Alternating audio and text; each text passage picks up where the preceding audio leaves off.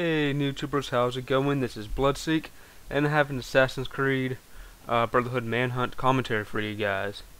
Now this is a video response to Zephyrnix Live. He posted a video about how Sony needs to start charging people so they can start making a profit and come out with content like the Xbox 360. And he goes, if they don't, PlayStation Online is going to go under. It's just going to be crap unless they do advertising and a shitload of advertising to cover all the cost. Because it's not cheap to have all those servers and all the servers, the updates, paying all those people to keep everything up and running. It's not cheap, and Sony's paying for that out of their own pocket. That's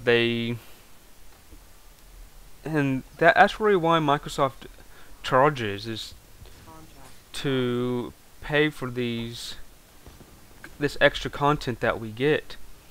And that's something a lot of people don't realize. Is I remember reading something a long time ago how Microsoft doesn't actually make a profit off Xbox Live. Even though they charge you $50 a year, they're still losing money on it. But that makes you think, if Microsoft is still losing money, then how much money is Sony losing? Now Xbox Live has five times the game content that's not the game content, the online content, such as party chat and some other things. And I'm going to post Zephyrnix's video in the description, so if you want to go watch the video and get his thoughts on it, just click down in the description and it'll be there. But I just wanted to add something. I just wanted to add to what he said. I really don't believe that if Sony doesn't start charging for PlayStation Online, that they're going to go down. I believe what's going to happen is that they're just going to stay the same. But the problem I see with PlayStation Online is not really Sony's fault. It's more of the game developers. I mean, if you look what some of the big differences between Xbox and PlayStation, Xbox has more features, but ours has more than that. Like, game companies fix problems first for Xbox games than they do on the PlayStation. Call of Duty Black Ops got a patch for games being dropped, having trouble connecting to games, and all this stuff 2 weeks before it came out for PlayStation. And PlayStation Online still has those problems where your team gets dropped, where games lag out, and how all these things that Treyarch hasn't fixed yet, that they fixed on the Xbox. And that's something that, I think that's what's really going to screw PlayStation over. Infinity Ward released a map pack exclusively for the Xbox 360. Some other companies have released game DLC exclusively for the Xbox 360. And I've known some companies have released content for the PlayStation exclusively, but it's not as much, and not on that many really big games such as Call of Duty. And I think Black Ops is also going to get its exclusive DLC, but I think that's just really the big problem with PlayStation, is companies aren't just supporting it.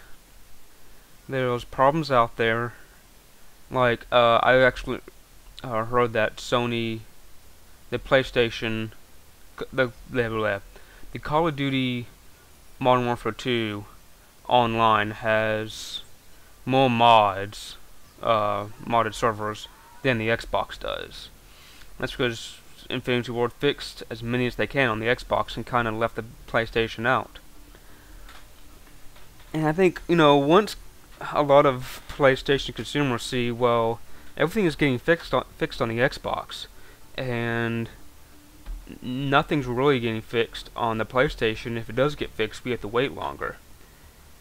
And PlayStation users are just getting the short end of the stick right there, because I don't know if as the more and more games, broken games as I call them, come out, such as Call of Duty Black Ops was, with the dropping parties during servers and stuff like that. I mean, to me, and like, yeah, broken servers, and to me, there's more and more broken games that are coming out each year, and companies are waiting a couple months to fix them, or a couple of weeks. I mean, I would have waited an extra week for Black Ops just to get the server problem fixed, but they waited a week later to fix it. And it's kind of like, I'd rather wait a week to actually go buy the game and didn't have to worry about that than having to worry about that for a whole week. I mean, I didn't even play a lot of Black Ops the first week because of that problem. And as more of these games come out, PlayStation users are just going to be more and more screwed. And like I said, I feel sorry for them. And more people are going to start moving to the Xbox because of it. And it's not really Sony's fault.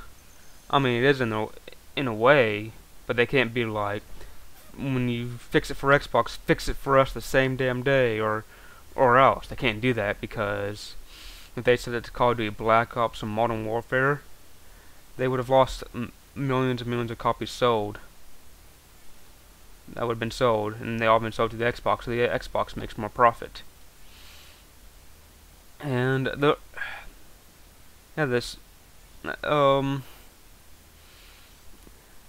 PlayStation isn't really an online system. It's more of an RPG type system, single player. And that's because I really don't see that many multiplayer games out for the PlayStation.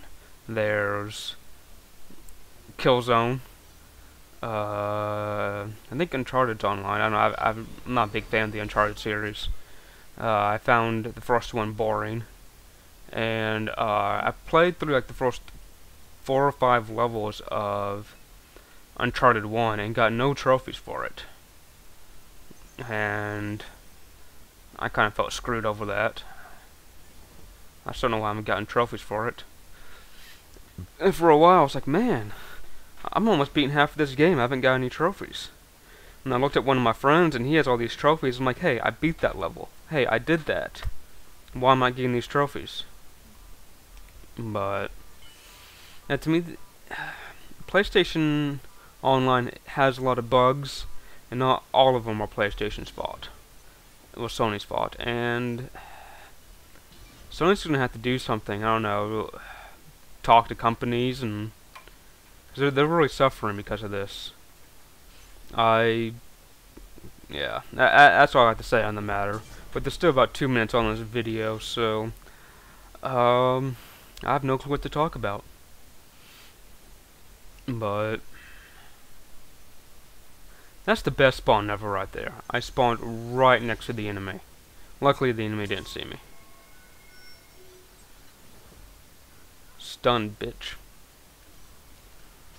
But I do think that PlayStation Online has made a lot of improvements over the years. It's taken, when I got my PlayStation 3, it took an hour to install the updates, and it took about half an hour to install the game. And some people say it takes them 10 minutes to install the updates when they bought their PlayStation, but someone explained it to me that for some reason Sony, when they release a console, they like to release it bare bones, which means it has the basic software it needs to be released to work for the people that don't have internet, and it installs the rest of the updates when you actually go home and update it. Now, I'm not sure if this is true, but it explains why it took forever for the PlayStation to completely update. I had a friend that bought an Xbox Slim about 6 months ago, and when he bought it, he hopped on Xbox and he bragged about how he got it. And he's like, okay, I'm gonna go hook it up, achieve my Xbox account, and I'll be back on. And 10 minutes later, he updated it, retrieved his Xbox account, and he hopped back in the party with us. Now he didn't have time to transfer all of his files over, but still, that's 10 minutes. That's pretty damn quick. Alright guys, this video's to an end. If you like my video, give me a thumbs up and subscribe. This is Bloodseek, and I am out.